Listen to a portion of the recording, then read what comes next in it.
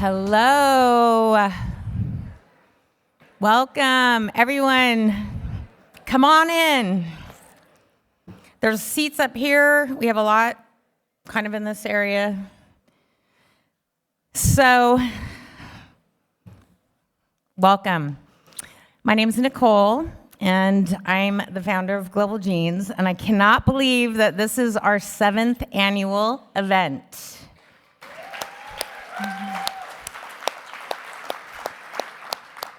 I have to do a couple call-outs. Nancy Harris, one of our originals who's been at every single conference. Please stand up.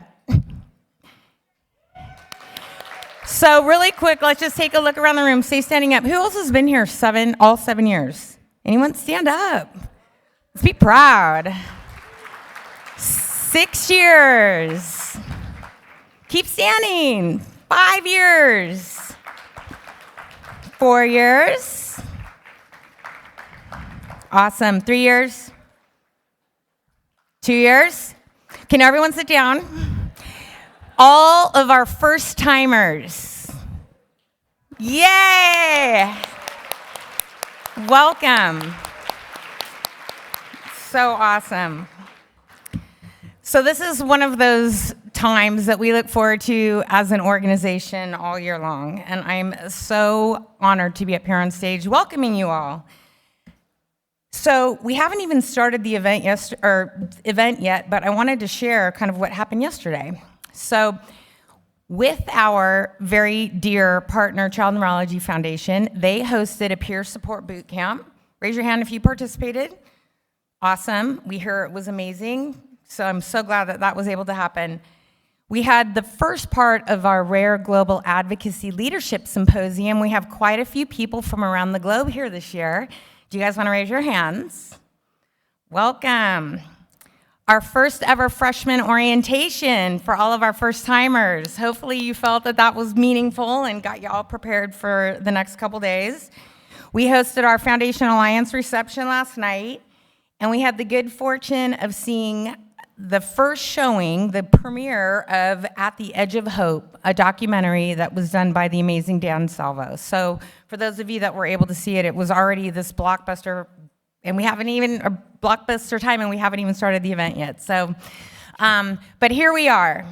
10 years ago, we began this journey, and 7 years ago, we gathered for the first time as a community. There were 89 of us. As a matter of fact, there were 89, and we had six sessions at the first ever Rare Patient Advocacy Summit. We had lots of hugs, we had tears, camaraderie, insights, and best practices. Sorry. But most important was we had each other. For the first time, we came together. We came together with the understanding that we weren't alone. We came together with the intention of helping each other set a course forward, and we were energized. Well, rest assured, the spirit and the energy behind this event has not changed, but what has evolved is the need for more.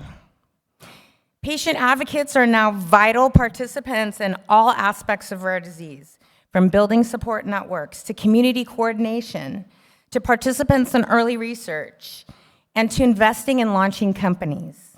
With more responsibility comes more opportunity. With more opportunity comes the need for more help, and that is what Global Genes intends to continue to provide. We want to help each and every one of you with a roadmap to help you as you move forward and prepare for the road ahead. That is our mission, and it's our purpose, and we take this responsibility very seriously. This year, we welcome over 800 registrants, representing more than 250 rare diseases, and a special thank you to those that are joining via live stream, something that's important to us, so that wherever you are, you have an opportunity to benefit from some of this amazing content. So we're grateful for each and every one of you for spending your time and trusting your precious time with us, and we hope that it's so meaningful for you over the next couple of days. So now we turn our attention to the 2 days ahead. And I'd like to welcome to the stage for the first time my colleague Maureen MacArthur Hart, the architect of this incredible Best agenda ever, and I want to give her the special recognition that she deserves.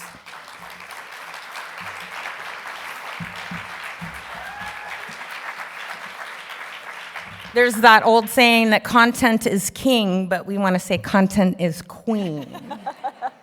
So this year's agenda that was architected by Maureen and a very special advisory board that we had for the first time is designed to equip you with the tools, the connections you need to inspire change within your community, your support system, and help prepare for the road ahead. Our intentions for everyone here is for you to walk away from this year's summit educated and inspired and prepared and equipped to flourish. A very special thank you to our sponsors, supporters, and valued partners, for none of this would be possible without your support and help. Thank you to everyone for your steadfast commitment to Global Genes, to the mission, and to ensuring that we can continue to move forward, helping you thrive. It's truly an honor for all of us to help convene some of the most courageous people, some of the most inspiring and committed individuals and companies the world over. What a very special community we have here, and thank you so much again. I'd like to now bring to the stage Angie Rowe, our Executive Director from Global Genes, to introduce our keynote for today. Thank you.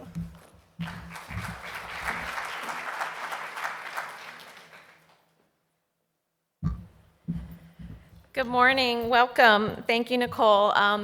Before I get started, I think I want to just say Global Genes is celebrating its 10-year anniversary, and we wouldn't be here without the amazing vision of Nicole Boyce. And so I think, Nicole, we'd all love to give you a round of applause for this amazing organization and the opportunity that we've all had to work with this wonderful community and host this event year after year. So welcome to all of you, and welcome to everyone joining us via live stream. We're thrilled to have you with us. And without further delay, I'm honored to be introducing our 2018 Rare Patient Advocacy Summit's keynote speaker. When you start planning these events, one of the fun things you get to do is correspond with everyone over 6 months or a year, depending on how long we start talking to someone. And so it's been such a pleasure to get to know Rachel via email and then to meet her personally this week. And you're all in for a real treat. So Rachel is a TEDx presenter, speaker, trainer, and award-winning artist and author of the Outstanding Book of the Year Award 2015 IPPY New York Super Power Baby Project. This exceptional book celebrates the lives and abilities of children with chromosomal or genetic conditions and was inspired by Rachel's late daughter, Evie, who was born with a very rare condition herself. In the 2.5 years of Evie's life, Rachel learned a lot about the use of language in the health system and has spent the subsequent years continuing to explore the impact and implications of how it is used by health professionals to positive and negative effect. This book is Evie's legacy, as is Rachel herself, and both have much to teach us about ourselves and how we negotiate conflict, grief, hope, uniqueness, celebration, and a meaningful life. Please join me in welcoming Rachel to speak about rising above using empowering language in healthcare.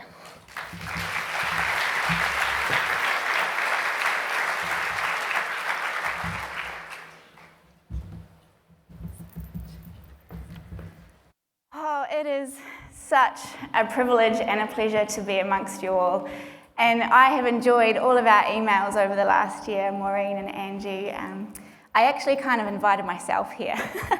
I saw this was happening last year and I thought, oh my goodness, this is the most incredible thing. How can I get to this conference? And so I emailed Maureen, I said, this is me. If you want me, I'll be there in a flash. Can we make it happen? And with such an open heart and an open mind, Maureen said, yeah, come and be our keynote. Which is beyond anything I could ever have imagined. So to be here is literally a dream come true. Where to begin? I am not a health professional. I am an artist, I guess. I studied photography in Dunedin, New Zealand, where I come from, 15 years ago. I graduated, I started my own photography business, specialising in wedding and portrait photography. I called this business Callander Girl Photography, which I thought was quite clever of me at the time.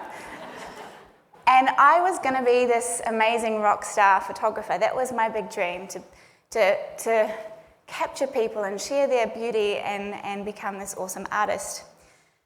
After I graduated, I got married and started this business, and things were going pretty well. I was rocking it. And then I found out I was pregnant. This was the most terrifying thing that could have happened to me at this point in time. I honestly didn't want children. I didn't think I was up to being a modern mum. I was this arty type. My mum would say airy-fairy, head in the clouds, typical artist. Someone who doesn't enjoy structure, doesn't thrive on systems and processes. I was a free spirit, and parenthood just didn't seem to fit that particular worldview of mine. And so on this day when I found out I was pregnant, I made my husband stay home, and he called in to his work and said, "Look, I can't come in today. There's been a family emergency." Which is exactly what this felt like. This was not my plan. This was not my future. I didn't know how to make sense of this new reality of my life. And then I had a 20-week scan. And at this 20-week scan, I found out that this little bundle was a girl, and that she had a little kidney problem. And that was it. And we were pretty relaxed about this whole kidney situation.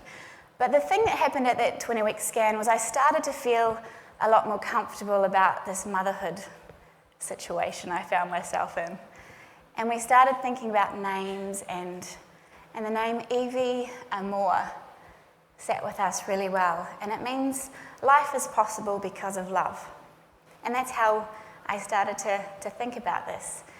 And I got really excited about meeting this new little person. And then on the 30th of March 2008, Evie Amor Callander was born by caesarean section in the Dunedin Hospital in New Zealand. And we had a perfect first few hours with her, enjoying being a family of 3 for the very first time.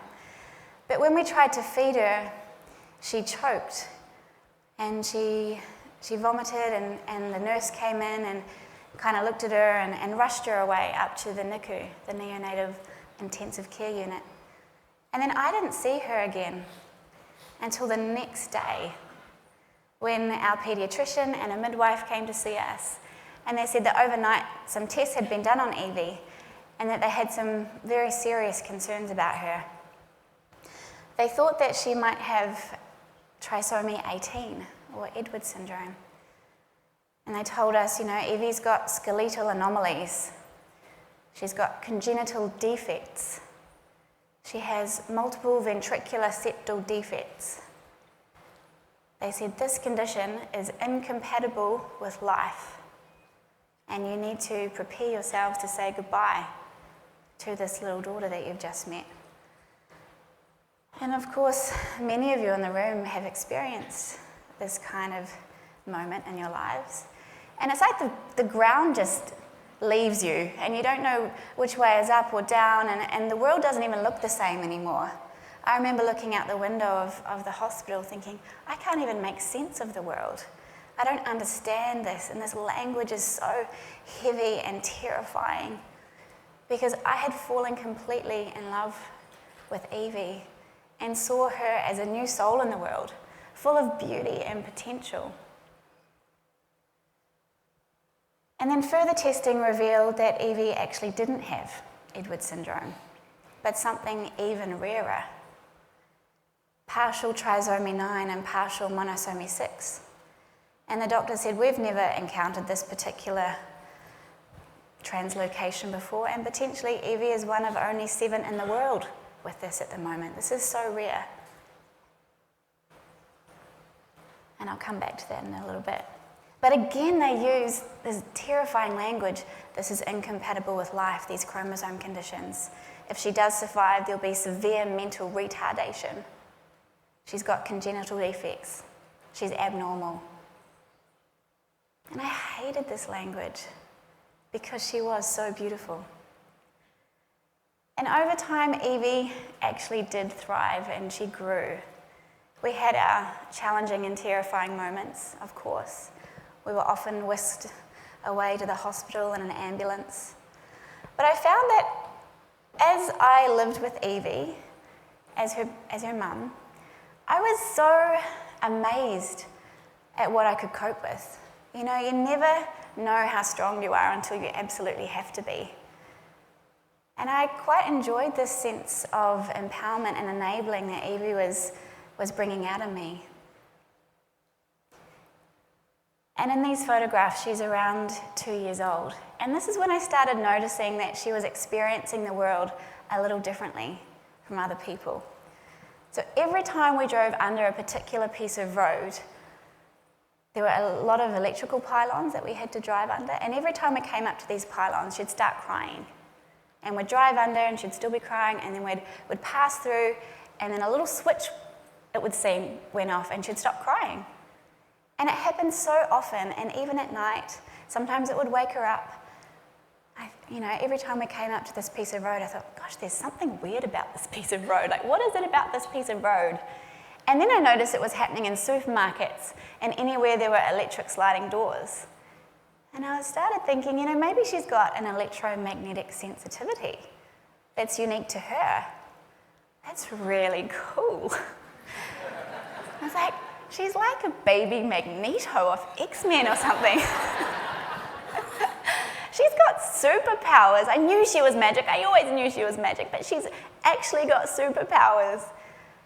And then as I started thinking about her more, like her character and her personality, I realized that everything about her was phenomenal, not just this electromagnetic sensitivity.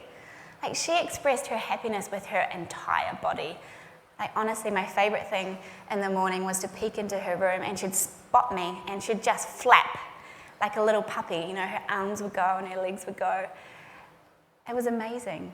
She had this fragility but a pure joy that just drew people towards her. Like, she did have this magnetism. She could communicate just by using a single sound and the tone of her voice. The only thing she could say was ooh. And I knew if it was a grumpy ooh, or a leave me alone, I'm just doing my own thing ooh, or an I'm hungry ooh, or this is the greatest thing ever ooh. It was brilliant. I could communicate with her. There was so much going on between us without words and without language.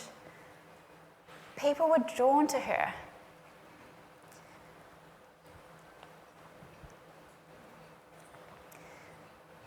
And you know what? This language, this superpower language, I started using it a lot because it gave me a sense of pride in Evie. Because I was constantly asked by people. I'd walk down the street with Evie and they'd say, oh, what's wrong with your child? What's wrong with your child? Constantly I was faced with what's wrong with her. And initially I'd start saying, well, actually she's got partial trisomy 9 and partial monosomy 6 and multiple ventricular septal defects, and she's got respiratory issues and she can't walk and she can't talk, and and they'd sort of glaze over trying to keep up with me, and then they'd wander off and I'd wander off and I'd feel awful. I hated that because I didn't get to share anything about Evie that I really loved. And so I felt like I was letting her down. But with this new language, this new superpower language, the next time someone asked me, what's wrong with your child? I just said, nothing is wrong with my child. Actually, she has superpowers. And they'd kind of look at me a little bit strange. Like, well, what do you mean? And I said, let me tell you about Evie. And then I got to share all of these beautiful things that I've just told you. I was like, well, we make up games and she doesn't use words, but I know exactly what she needs. And she laughs the most funny things. I don't understand it, but gosh, she's funny. She draws people to her, and they look at her and go, oh, yeah, look at her. Isn't she beautiful? Look at those eyes. I'm like, yeah, she's amazing. I love being her mum.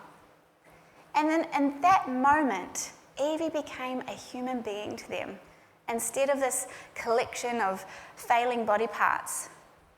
And in that moment, there was an acceptance of difference, of diversity.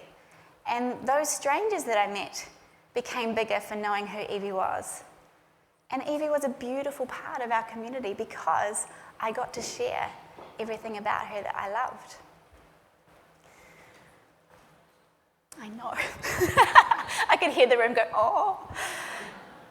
She hated my camera though. That was the one thing that was a little bit tricky. As a photographer, I thought that was quite mean of her actually. But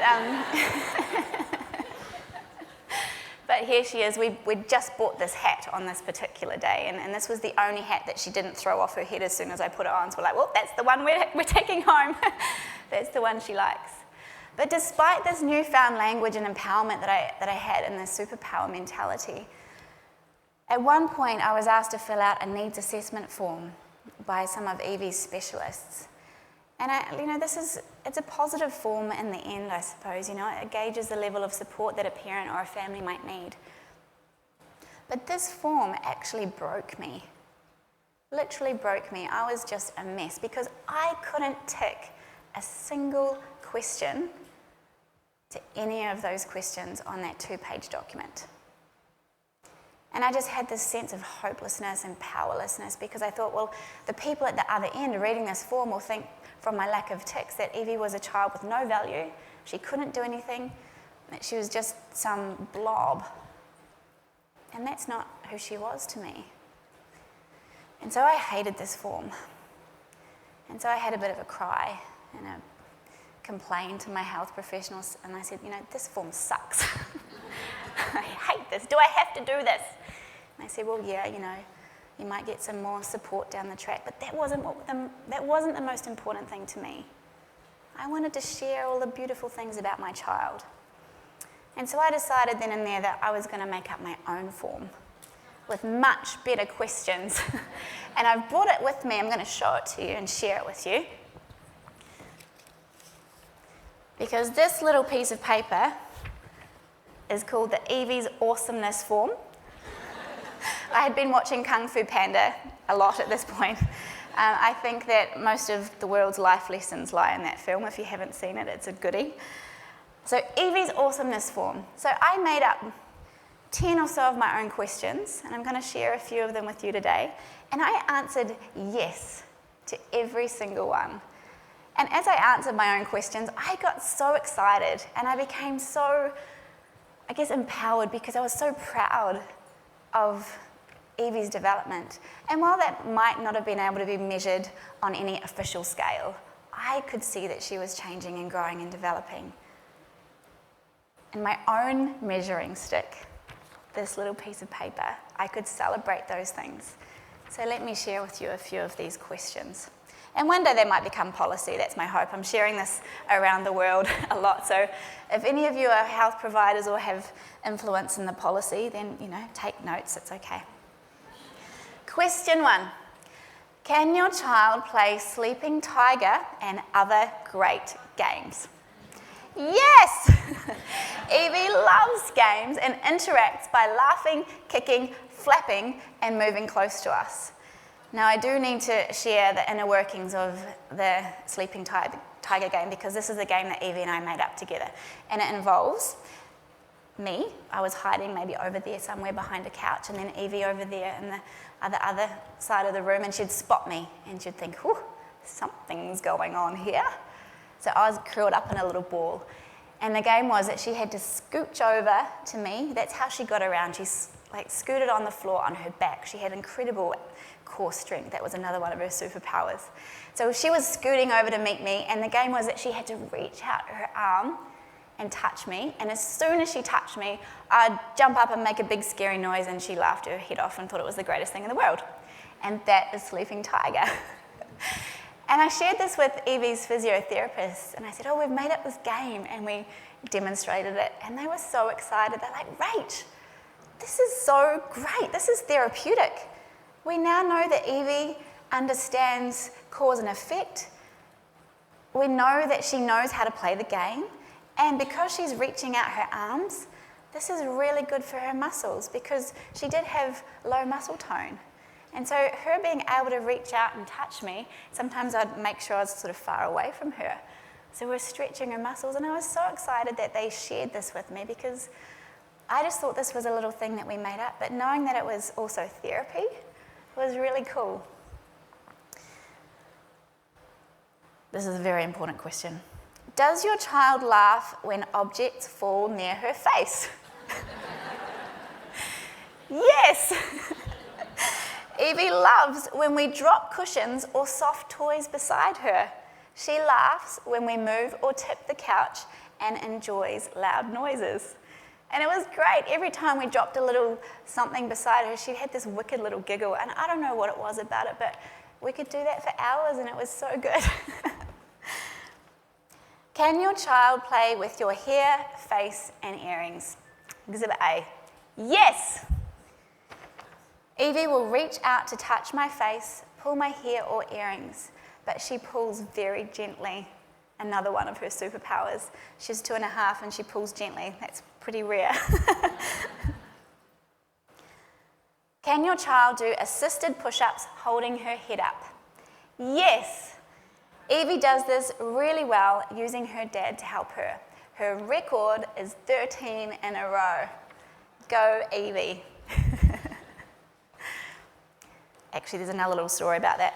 This is her and her dad, Sam, reading The Lamb-a-Roo, which is actually an Australian children's book. And I loved this book so much that I named my 2 cats Lamb and Roo after this book because it was one that Evie really enjoyed. And here she is scooting on the floor on her back and feeding herself, which was awesome. She had so much independence because of the way that she moved. But because of this movement, I'm just going to put this little piece of paper down. Because of this movement, she was wearing the back of her hair out, so much so that her scalp was bleeding. And it was pretty hard because I didn't want to stop her from her independence, and our physios came up with all sorts of ideas and contraptions, and at one point we had this standing frame, and it had these metal braces, and it was archaic, and I hated it, and Evie hated it, and she just had to stand there. It's like, well, this isn't fun, this isn't movement, this isn't meaningful quality of life. Like, is there any way that we can enable this movement but keep her safe? And I'd come up with all sorts of great ideas. We were given a little plastic, little curvy bath seat at one point, and I put skateboard wheels on it to think, maybe she could sit in it and then push off with her legs, and then she could scoot around. It was a good idea in theory, but it wasn't very safe in reality, actually, so that idea was canned. And we modified a whole lot of other different things and tried helmets, and then my physio had a brainwave, and she said, Rach, I know the guy that makes the headgear for the All Blacks. You guys familiar with the All Blacks here in America? Yeah, I see a hand. I see that hand. Great work. So they're a big deal in my country. And anyway, so he gives this guy a call, and he says, yeah, I'll make a tiny version of the soft headgear for Evie and make it pink. And she loved this headgear, and so she could scoot around to her heart's content, completely independent, completely free. She'd come to my studio with me, and I would work as a photographer, and she'd meet my clients, and she'd be scooting around happy as a happy thing. It was brilliant. Like, we did life together every day, and she was completely free. And this is the thing with Evie. I was terrified of motherhood because of the systems and the structure. And I felt like with Evie, she gave me freedom. All of those fears just instantly left me. Like, when I received her diagnosis, on the one hand, there was terror and uncertainty and so much fear, but on the other, there was just this sense of overwhelming relief and freedom. Like, we could live our lives completely uniquely. Like, there was no rule book. It was actually incredible. Like, she was the most beautiful daughter. And I share this slide with you because it's so fascinating and amazing to me. I've shared this Evie's Awesomeness form with a number of people around the world now, especially health professionals. And this is a speech and language therapist's response to the Evie's Awesomeness form. So she's decided to make awesomeness reports. So every time she sees a child or a person with a rare condition or chronic condition, she will ask them in the session something like, tell me something that you've noticed about your child that's different from last time, or tell me something that you're proud of, or what are you enjoying about your child? What makes them laugh? And then she's writing them in the official clinical report. So that parent doesn't go home with a page of terrifying, negative things that we're working on, things that are challenging, big scary words. Because I know a lot of you parents out there probably have folders full of those pieces of paper. I did too. But to know that there's a health professional out there who is writing a few paragraphs about a human being, it's so empowering. And this parent, when she received this piece of paper with the awesomeness report on it, said, you know, I am now seeing my child through a different lens. I am seeing how my child is developing, not only in the realms of speech and language, but of character and personality. So this parent is less afraid. This parent is feeling empowered. This parent now is sharing these beautiful things about her child with the world. And this health professional is saying, I'm enjoying my job more because I feel like I can really make a difference in a family's life. I feel like there is so much more meaning. I'm so connected to the reasons why I became a speech and language therapist in the first place. It's so incredible that just a few words, a few extra questions that connect to the heart of another person, the humanity, is making such a difference in that space. Sadly though, Evie's life wasn't long. We had an incredible 2.5 years with her, and for every single day of those 2.5 years, she was 100% compatible with life. Absolutely, well and truly.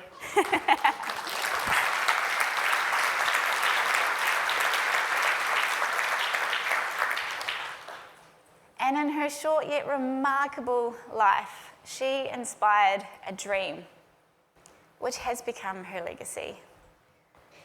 The Superpower Baby Project.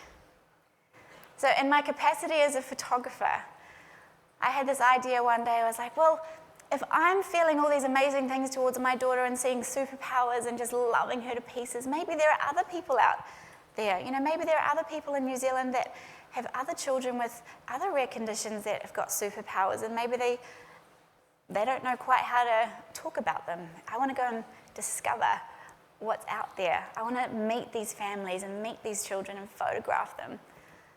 And so that's what I did. I travelled all around New Zealand, up and down and all of the coasts, and I met 75 incredible families, and I sat with them, cried with them, laughed with them. We swore a little bit. And I listened to their story, and then I photographed their amazing children.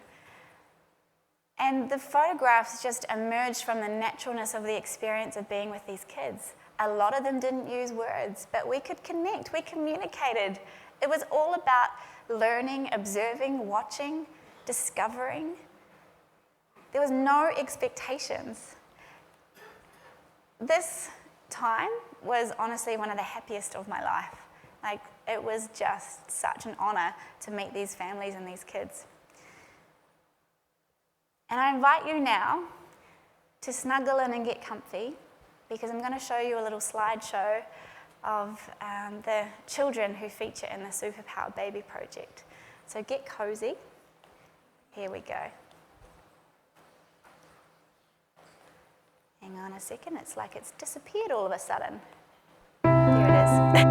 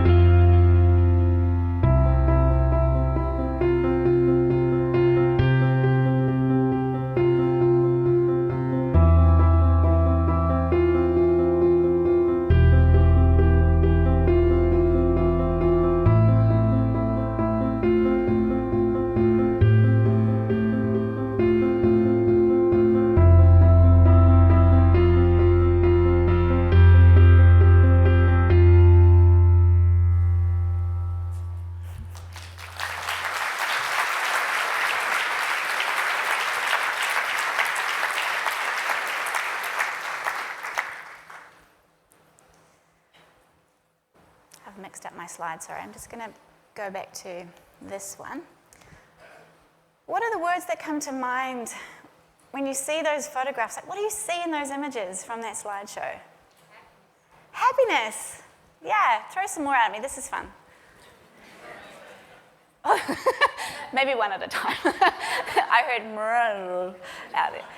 But I think you were saying joy, love, ability, life, hope, possibility, beauty, so much beauty. Yeah. And it's astounding because I think, the words that we've been given to describe disability and difference are words like abnormal, defective, dysmorphic, disabled, retarded. And these words are so subtractive, they're so negative. They take potential and ability away. And I think, in our current culture, we're so obsessed with this idea of perfection that maybe we're losing our ability to embrace these things, to see these gorgeous humans. It was interesting, as I was traveling around New Zealand and interviewing the families, the parents constantly used words like unconditional love, perseverance, tenacity, joy, to describe the impact their child was having on them and their families and their communities. And I loved that because I thought, these are the things that the world needs most right now. And these children are such beautiful teachers of these all-important values. And this was the form I was given after Evie was born, because it was the closest piece of literature the doctors could find, the closest thing that described my daughter's condition. So they gave me this form to take away. And honestly, this form terrified me. Does it terrify you guys looking at that? It's horrific, right? And I didn't understand 80% of the words in this form. And the ones that I did actually did terrify me. I'm going to go over here and get another piece of paper.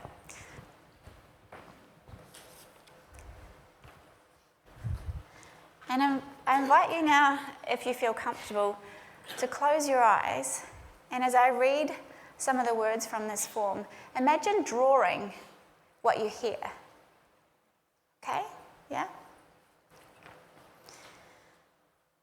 The nose is long, fleshy, slightly beaked. The eyes are deep-seated. The mouth is small and triangular. The chin is small and receding. The ears are relatively large and square with abnormal folding. The neck is short with redundant skin folds. The trunk is asymmetric, the right side being more prominent. The extremities are thin, and the fingers and toes unusually long and thin. She has a weak, hoarse cry. The tone is poor. She has stereotypical writhing movements of the arms and legs in an avoidance manner. The main features of this syndrome include mental retardation, microcephaly, prominent forehead, prominent nose, and then I didn't understand any of the other words. So as you open your eyes, who would have drawn something resembling some kind of monster? Who would have drawn a human girl? Like, this form described in such negative ways and negative details the things I adored about my child. I found Evie's body fascinating and beautiful. I loved her delicate fingers. To me, they were fairy fingers. I adored her deep, sparkly eyes. She was so tiny and fragile. And I found her just utterly amazing. Nobody helped me make sense of this form. And I think this is often what happens in the space of rare conditions. A person, I think, if these words are used over them enough, they start to believe that that's their identity. But you can't be diagnosed with your identity. Who you are goes so much further beyond a diagnosis. But this language, we're constantly faced with this negative language. Because you said it, you see joy and hope and beauty and possibility. And so did these parents. But I get it, in the health professional world, how do you say the right thing? Like, how do you find the right words in this incredibly tough situation? You know, in this space, diagnosing rare disease, there is so much fear, there is so much uncertainty, and that's extremely uncomfortable for everybody, even the health professionals. So, in the years since I've produced the Superpower Baby Project, I've been fascinated by the impact of language, and I've been talking to health professionals and parents alike, and I've come up with this little matrix, as I'm calling it, the health language matrix, as a tool to help in this space. So we have two axes, the positive and the negative, and then the jargon and the informative. Because I think language can fit in one of these spaces. So here we have the positive jargon quadrant. And you know, it can come across as a bit fluffy. It's very well-meaning. It comes from a space of kindness and wanting to connect, but it doesn't always land in that space. It can kind of make a parent feel dismissed or unseen, like someone's trying to put a Band-Aid on an extremely huge blood flow spurt, like, oh gosh, I don't know what to say, but I'll quickly just put some fluff out there and stick there and run away in the other direction as fast as I can because I don't know what to do in this space. So you get phrases like, special kids are only given to special parents. And while some might find meaning in that eventually, often as a special needs parent or somebody in the rare disease space, you are feeling often at the point of your coping. Like there is nothing more that you can give. So much is at stake. Your relationships, your job, your future, everything looks different. You're in the space of fear. It doesn't feel special, it feels alone and isolated. And down here we have jargon negative, which I think is where a lot of the language of health naturally just will fall by its nature. And this is extremely confusing. So this is where words like ventricular septal defects, and I didn't know what that meant when the doctor first said that. I might have understood heart holes. You know, use words that kind of connects and makes sense. Medical terminology is just used, and when Evie was first diagnosed with partial trisomy 9 and partial monosomy 6, my pediatrician, he had an English accent. And I didn't actually understand what he was saying. I didn't know what the words were. I'd never heard the word trisomy before. And the way he said it, I'm like, is that even English? What? And if it had been written down, maybe I would have been able to connect with it more, but I had no idea. And then there are metaphors, which can be confusing as well, unless they're made sure they've been understood. So when this pediatrician came to me and said, you know, Evie doesn't actually have Edwards syndrome, she's got partial trisomy 9 and partial monosomy 6, it turns out it had been triggered by a translocation in my own body. So my husband and I had been tested, and this was the first time I was finding out this news, that something in me was going on. And this is why Evie was Evie. And so he was trying to explain the nature of chromosomes and how they split, and me and Evie, and how I'm okay but she's not okay. And he used a library book metaphor. Has anyone heard that one in the diagnosis realm? Well, it was very confusing. I'll try and tell you what he said. But basically he said, Rachel, your body is like a library. All of the books are there, but some chapters from Pride and Prejudice have ended up over there in Game of Thrones, and that would make an interesting story in itself, right? But because all of the words are there, my body can unscramble and, you know, make sense of where they're not in the right place, but your body can unscramble it and you're okay. But then Evie's got too much Game of Thrones and not enough Pride and Prejudice and all of the rest. And so I was like, okay, that kind of makes sense, yep. Game of Thrones hadn't been released at the time that Evie was born, but I'm a big fan, so I use it in my talk. But then he was talking about the nature of chromosomes and how they split and, partial trisomy 9 of the short arm and the long arm. And I was honestly still recovering from a cesarean, and I was groggy and tired and stressed out, and we'd heard so many different diagnoses from EV, and we're going through so many tests. I'd forgotten where we were at with everything, and I knew that he was a busy person and a very important man, so I was just like, Rachel, just try and stay focused. Just try and understand every single word, and then we'll deal with it later, but just try and stay focused. So I'd just gotten over the library book metaphor thing, and then he was talking about these short arms, and I thought he was saying that Evie had short arms. And I was so confused because I was like, well, that doesn't make any sense to me, because to me, Evie's arms were beautiful and quite perfectly long-ish, they looked quite long. I'm like, well, what can you do with short arms?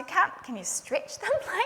Do we want to stretch these arms, and is this medically important? I'm pretty sure you can live with short arms. Of all of the things that's going on, why is he so focused on these arms?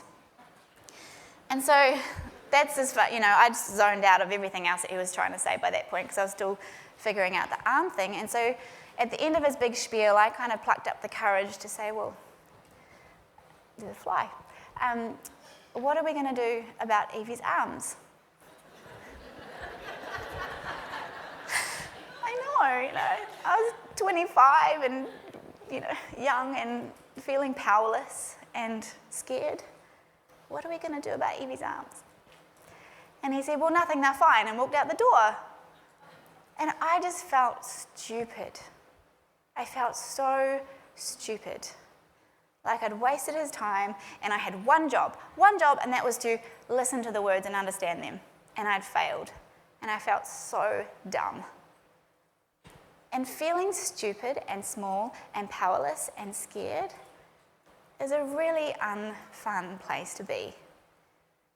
And so I turned all of this fear and this churn of emotions against my doctor, and I was like, I hate him. I hate this doctor. And so nothing he said after that, I didn't listen to anything, because I'm like, I hate him. I don't like him. I feel stupid around this doctor. So I was protecting myself from feeling stupid by not listening to any of his knowledge or expertise. And I'm pretty sure there are some people in the room who's been in this space. It's not an uncommon space, because when you're in shock, you can't actually absorb the information. It's too much.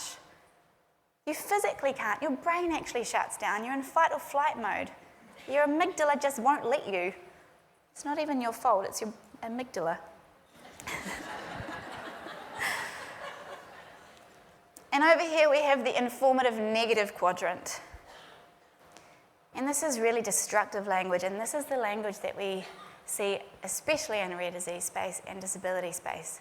It's words like incompatibility with life.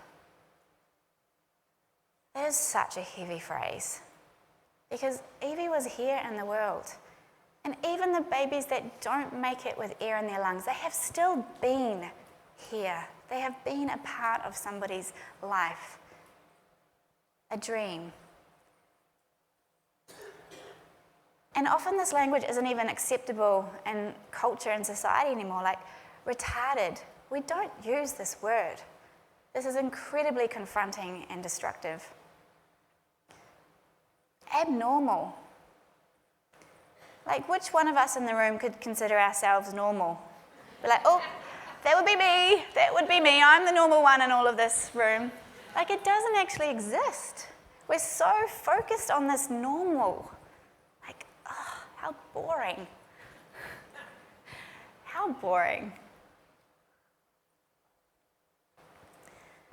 There is hope. There is a positive, informative quadrant. Hooray! And this is empowering language. This is empowering communication.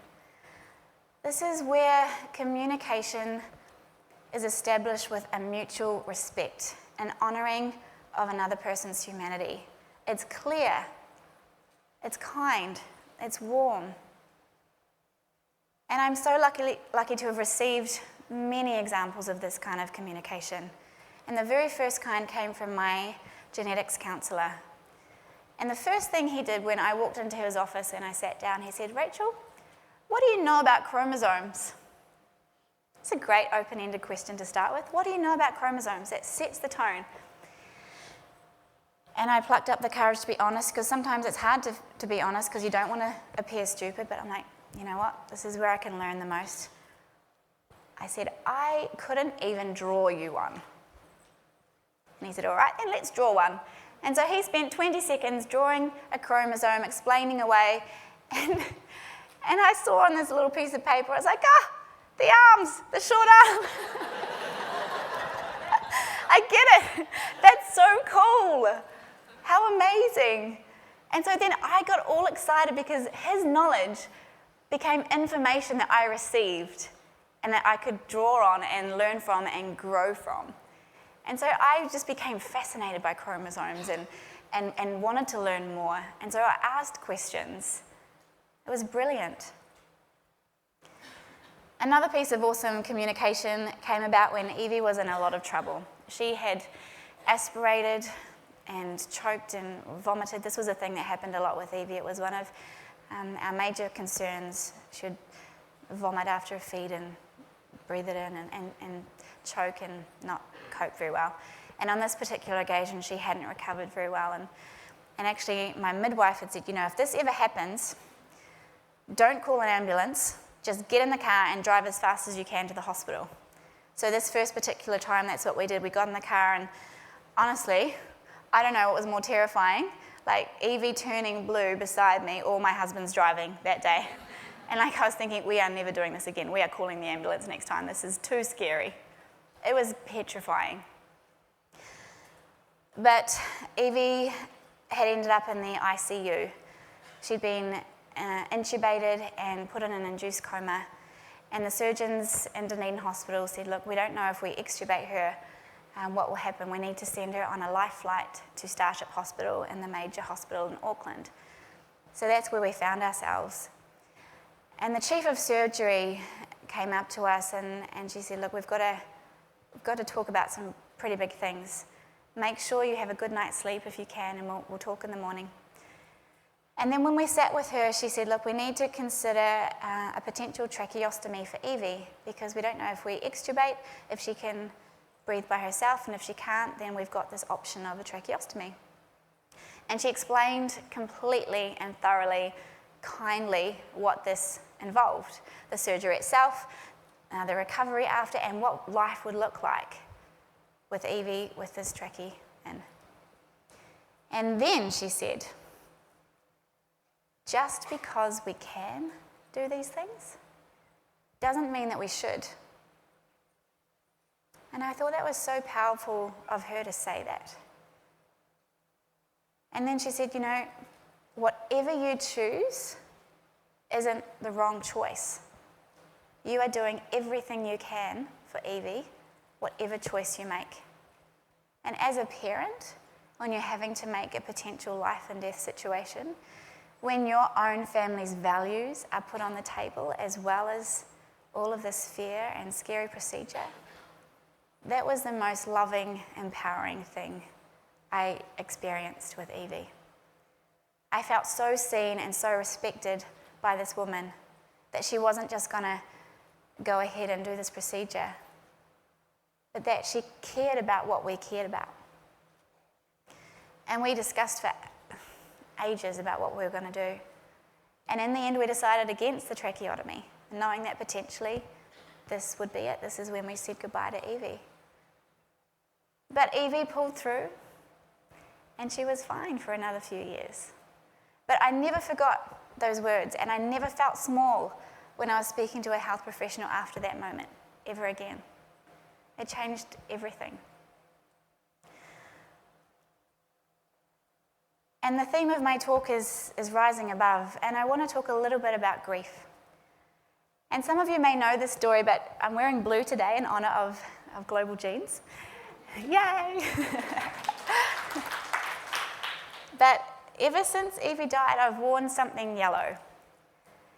And it came about when Evie was alive. My husband and I went to the Coldplay concert in Auckland, and it was the greatest thing ever. And they played Yellow right at the end, and we're in this huge auditorium, and these giant yellow balls were falling from the roof, and there was butterflies everywhere, and it was just magic. And I was a mess. I was just tears, and so many tears, and I looked at my husband and he was crying, and I was like, why are you crying? He's like, why are you crying? And I was like, this feels like Evie's song. This just reminds me of Evie. There's that line, your skin and bone turned into something beautiful. I was like, and she was just the most beautiful, beautiful thing, and she was so skinny and tiny and bony. And it was so weird, like I went through life as a parent, imagining the songs I was going to play at her funeral, which is a very unusual experience, I think. But at that point, I'm like, this is her. This is a song that will play. And when she did pass away, and it was her funeral, I didn't know what to wear. Nothing felt right. It was that upside-down world. Nothing makes sense anymore. I wanted to wear maybe a comfy jumper or something, and then I just felt daggy, and I was like, I don't know what to wear. And then I thought, I just want to wear something yellow. I even wore yellow undies, actually, and a little cardigan. And then, ever since then, I've worn something yellow, and I haven't been able to let this go. And I think I've found a lot of meaning in this. Like, it goes beyond language again. And then when people discovered this about me, they started noticing that I was wearing a yellow beanie or a scarf or yellow fingernails or earrings or dresses. And it became a way that they could connect with grief.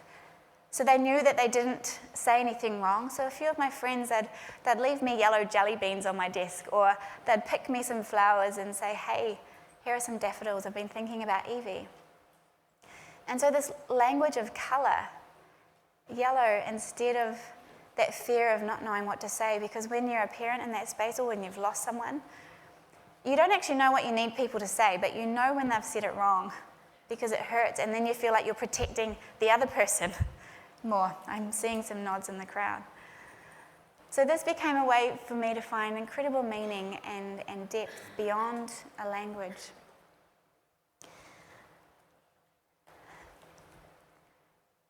And as I've been sharing my story, I feel like there are three really big questions in the space of rare disease, especially with health professionals and even families and parents to consider. What are you proud of? Like, I loved being asked, what are you proud of for Evie? Because I could talk for days about what I was proud of with Evie. And in a health professional space, when somebody connects with you like that, there's a relationship that's built, there's trust, there's a respect. When someone saw my child as a human being, I really liked that health professional, and I listened to everything they said, and I got the best out of their knowledge. What do you hope for? Like for me, with Evie scooting on the floor on her back, having that independence, I really wanted her to keep that movement up. Like, I wasn't concerned about her reaching the proper milestones of walking by age or whatever. Like, that wasn't appropriate for Evie. I wanted her to be free. And so when my health provider and professional said, well, let's make this happen, let's enable this, I felt seen and heard and respected. And the last one, what are you afraid of? And this is a really confronting space often, but one where the most care can happen if people are brave enough to reveal these things. Because I was terrified of Evie vomiting, choking, aspirating, and me not catching it in time.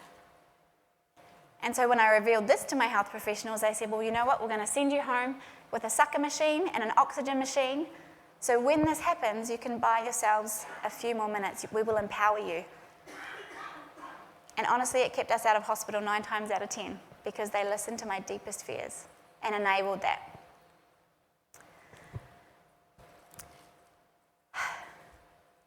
Thank you so much for having me. We do have some time for questions, and I have my book available for you to look at. You guys are the first humans in the world to see the second edition of the Superpower Baby Project. It's very exciting, so please come and see us in the exhibition hall. But if you have any questions, I am here. Yeah, we've got one. Mike runners, so if you have questions and want to raise your hand, we'll come running to you. And Angie, if you see anyone with hands, right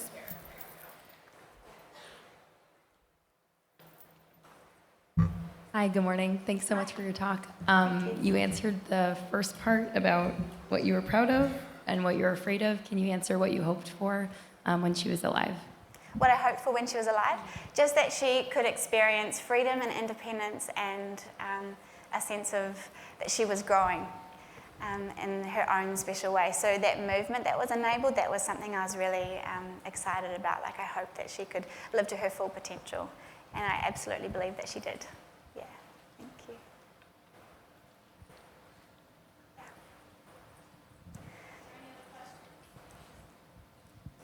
I'm going to be around for the next 2 days. So please come and talk to me. Oh, I see a hand. I see a hand. This was very powerful. Thank you. But the question is, are you somehow getting this word out to the health professionals so that they could in turn speak of awesomeness? Yeah, that is my mission. This is the work that I'm doing now is predominantly to health professionals, encouraging them and giving them tools. So I'm sharing keynotes at conferences and also workshops that unpacks some of this stuff. And we were just in Montana last week, and we held a joint workshop where health providers and parents were in the same room, and I facilitated discussion around how that works, and it was really powerful because it turns out that the health providers are in the same space of fear and uncertainty as well, but no one's talking about the conflict. We just kind of fluff it over. So that fluffiness is happening, and that care isn't happening because we are too afraid to talk about what we're afraid of. But I am an independent person as well, so getting around the world is tricky at the moment, but it is a mission that I'm extremely passionate about. Yeah, so thank you. Hi, this is a comment. I'm over here. Oh, sorry, thank you.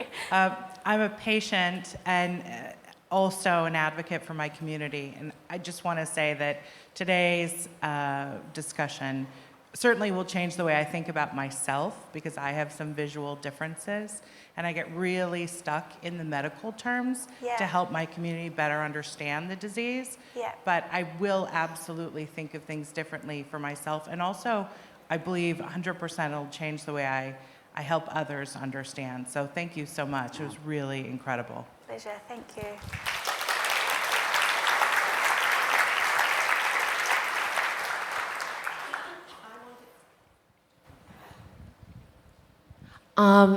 Thanks. First of all, I wanted to say thank you, but also, how can we help you to get the word out? I mean, all I can think about is where my own grandson goes and his health care. How do we get the word to those health professionals? I think by having conversations like this is a huge part of that. And I think we can't change it overnight, but you know, Nicole was saying where we were at 10 years ago to where we are now, like this is part of that change. So how you can help is by using this language and encouraging health professionals to change whenever you connect with them. Like, no, that's not a word I use for myself or my child. Can we consider something else because that feels better to us because this actually doesn't honor my grandchild as a human being. Yeah, yeah. Okay. What? Yeah. Oh, yeah, cool. So we're going to wrap up questions. I'm sorry. It's okay. Like the hook. It's not a good role. But somebody has to do it. So thank you so much, Rachel. I mean, I think